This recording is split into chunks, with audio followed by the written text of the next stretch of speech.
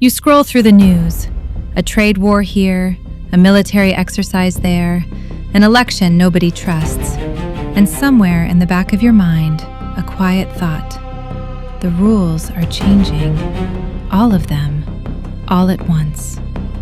You are not imagining it.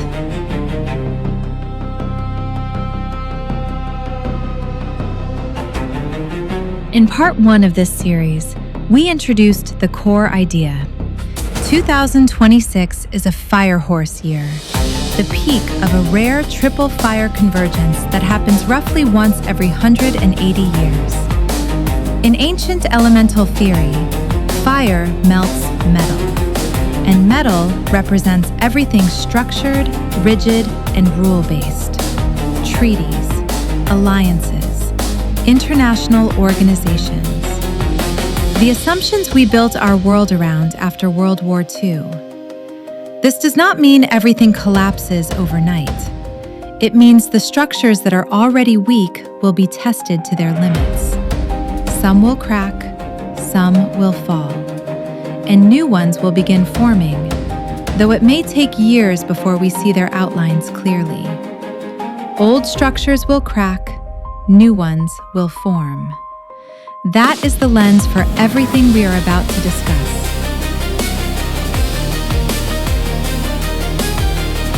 Before we tour the world region by region, you need to understand something most analysts miss. Social unrest in 2026 is not one phenomenon. It is 3, operating simultaneously. The first is survival fire. When people cannot afford food, fuel, or housing, they take to the streets. This is not ideology, it is desperation. Watch for this in North Africa, parts of the Middle East, and anywhere inflation has crushed ordinary lives. The second is political fire. The combustion that happens when populations feel their government no longer represents them. The gap between what leaders promise and what they deliver becomes intolerable. The third is civilization fire, a deeper, generational rebellion, less organized, more digital than physical. Young people questioning not just policies, but entire systems. Think flash mobs rather than marches. At the core of all 3, the same tension. Old systems losing legitimacy, new ones not yet formed. That gap is where most of 2026's turbulence lives.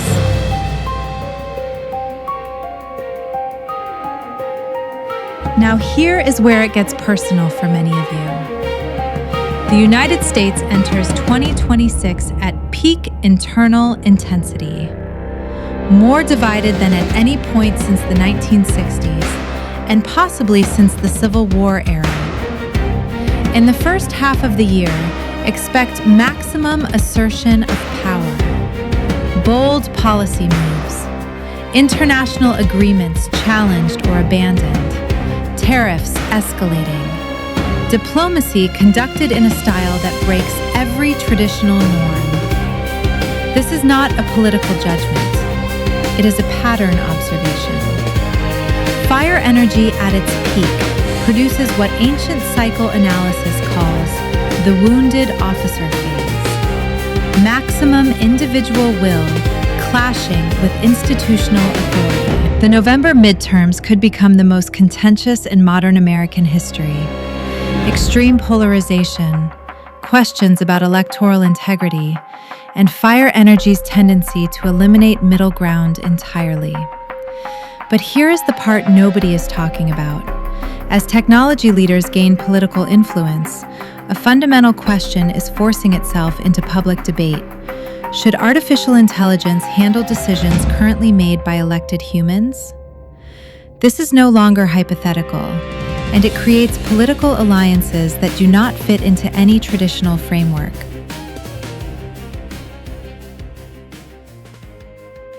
Across the Atlantic, and the picture is no less turbulent. NATO, the European Union, the broader concept of the West all under more internal strain than at any point in their existence. The core tension within NATO is no longer about external threats. It is about internal disagreement on what the threats actually are. Southern Europe pulls one direction, Eastern Europe pulls another. And whether the United States will continue underwriting European defense has become a genuine question mark. Germany deserves special attention. Its economy has been the engine driving European prosperity for decades. That engine is now sputtering.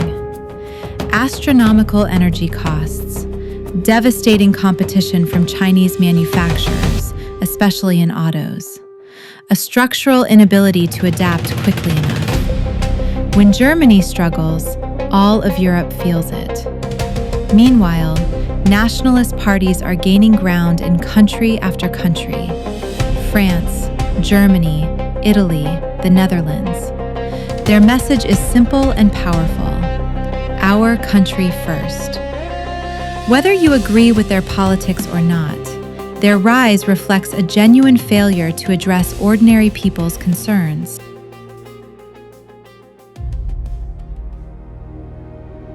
If there is one place on Earth where the metaphor of fire on fuel is most literally true, it is the Middle East. A region sitting on top of the world's largest petroleum reserves, already torn by decades of conflict, entering 2026 with virtually no buffer left. The central tension between Israel and Iran has been building for years. In 2026, this tension may cross thresholds previously considered too risky. The possibility of strikes on nuclear facilities or oil infrastructure cannot be dismissed. A brief closure of the Strait of Hormuz, through which roughly 20% of the world's oil passes, would send immediate shockwaves through global energy markets. The Red Sea corridor could become intermittently hazardous for commercial shipping. Vessels forced to reroute around Africa. That adds time and cost to virtually everything shipped between Asia and Europe. Even if you live nowhere near the Middle East, these dynamics affect you directly. Energy prices, shipping costs, the price of everyday goods. This is not abstract geopolitics. This is your grocery bill.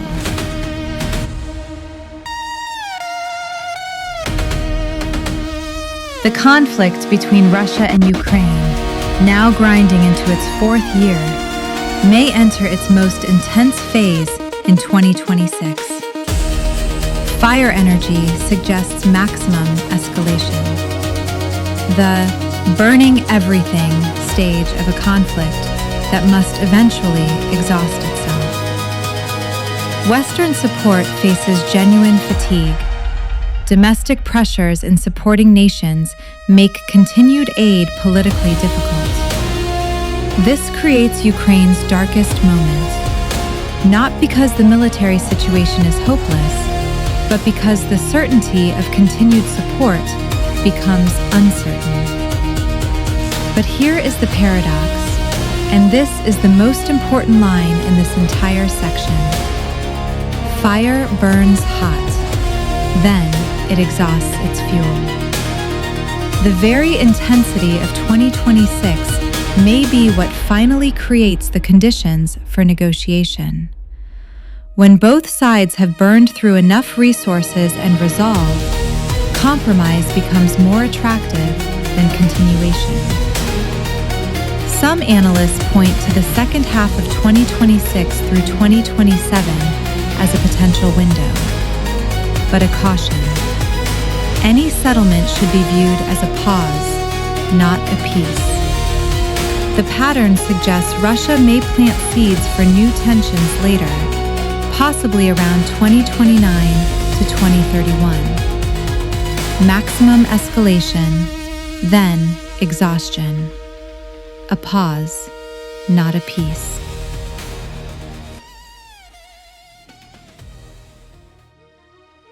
The Western Pacific remains one of the world's most consequential flashpoints. The South China Sea, through which roughly 1/3 of global shipping passes, continues to see military posturing that could escalate through miscalculation rather than intention. Coast Guard confrontations, naval exercises that come too close, electronic warfare probes. Any of these could spiral. The Taiwan Strait carries even higher stakes because of one company, Taiwan Semiconductor Manufacturing Company. Any disruption to their operations would send shockwaves through every industry that depends on advanced chips, which is to say, every industry. The energy pattern for this region reads as unification and passage. That could manifest as peaceful economic integration or aggressive military posturing. The most likely scenario remains tension and rhetoric rather than outright conflict. But the margin for error is thinner than it has been in decades. Japan, meanwhile, is undergoing the most significant shift in its national identity since 1945, rebuilding military capabilities and positioning itself as an active security player. North Korea remains unpredictable, with continued nuclear ambitions.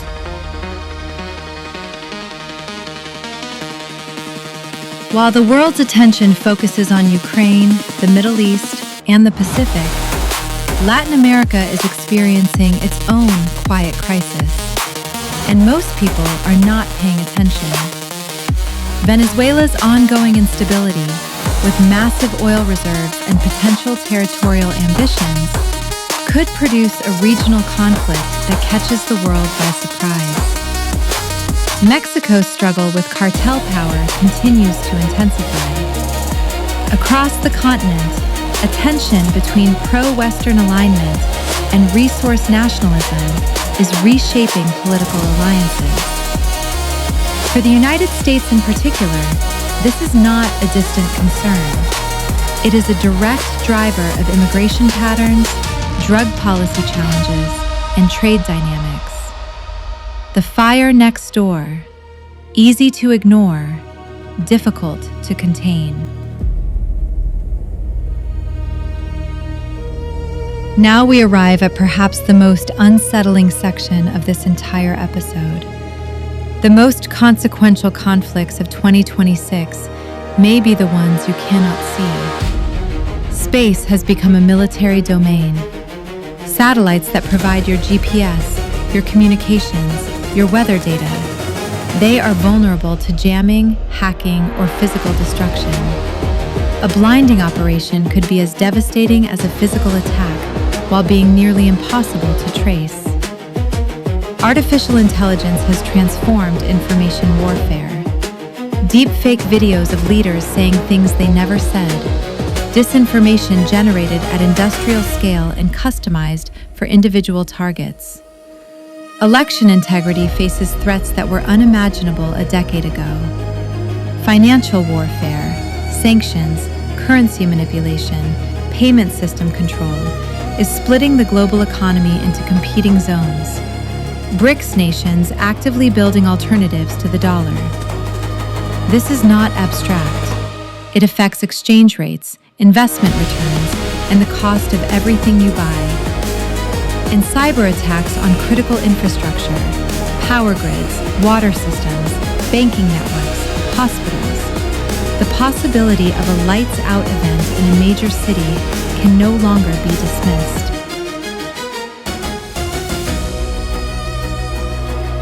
After everything we have just discussed, here is something that might surprise you. The long-term pattern analysis actually points toward cooperation. Despite all current tensions, the deeper cycle suggests the United States and China may be entering a phase where their interests naturally converge.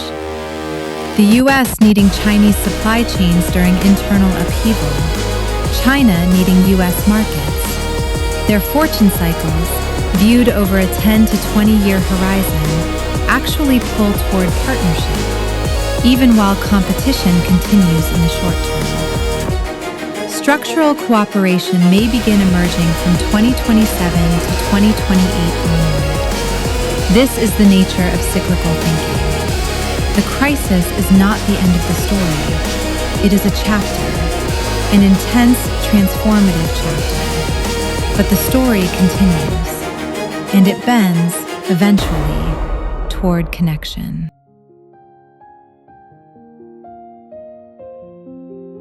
So what do you actually do with all of this information? The most important skill for 2026 is what we call calibrated awareness. Knowing enough to make good decisions, without letting the constant stream of alarming news erode your mental health and your judgment. Choose 2 or 3 trusted news sources rather than consuming everything. Check the news at designated times rather than continuously. When you read about a crisis, ask yourself one question. Does this directly affect my decisions?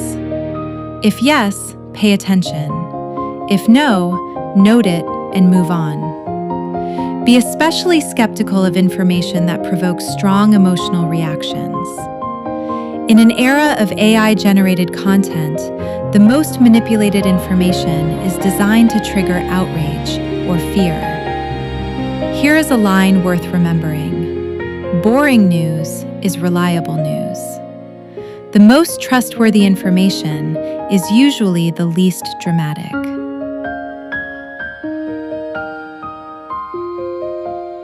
When the news makes you feel helpless, try this. Take a piece of paper. Write down 3 things happening in the world that concern you. Actually write them, pen on paper. Now, next to each one, write something you can do in your own life that addresses the same theme. Next to political polarization, have a respectful conversation with someone who sees things differently. Next to economic uncertainty, learn a new skill. Next to environmental crisis, plant something. You are not powerless. Your circle of influence is smaller than the world, but it is real, and it matters. Every positive action in your sphere ripples outward in ways you may never see.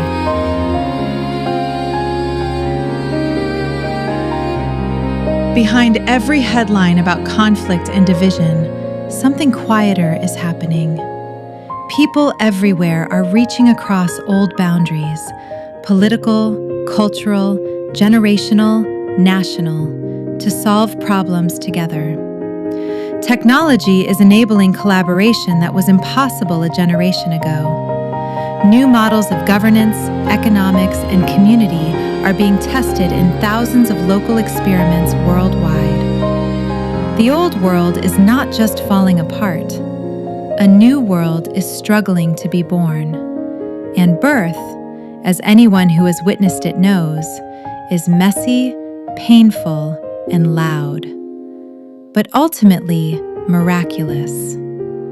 The fire of 2026 is not just clearing away, it is clearing the ground, and in cleared ground, new things grow.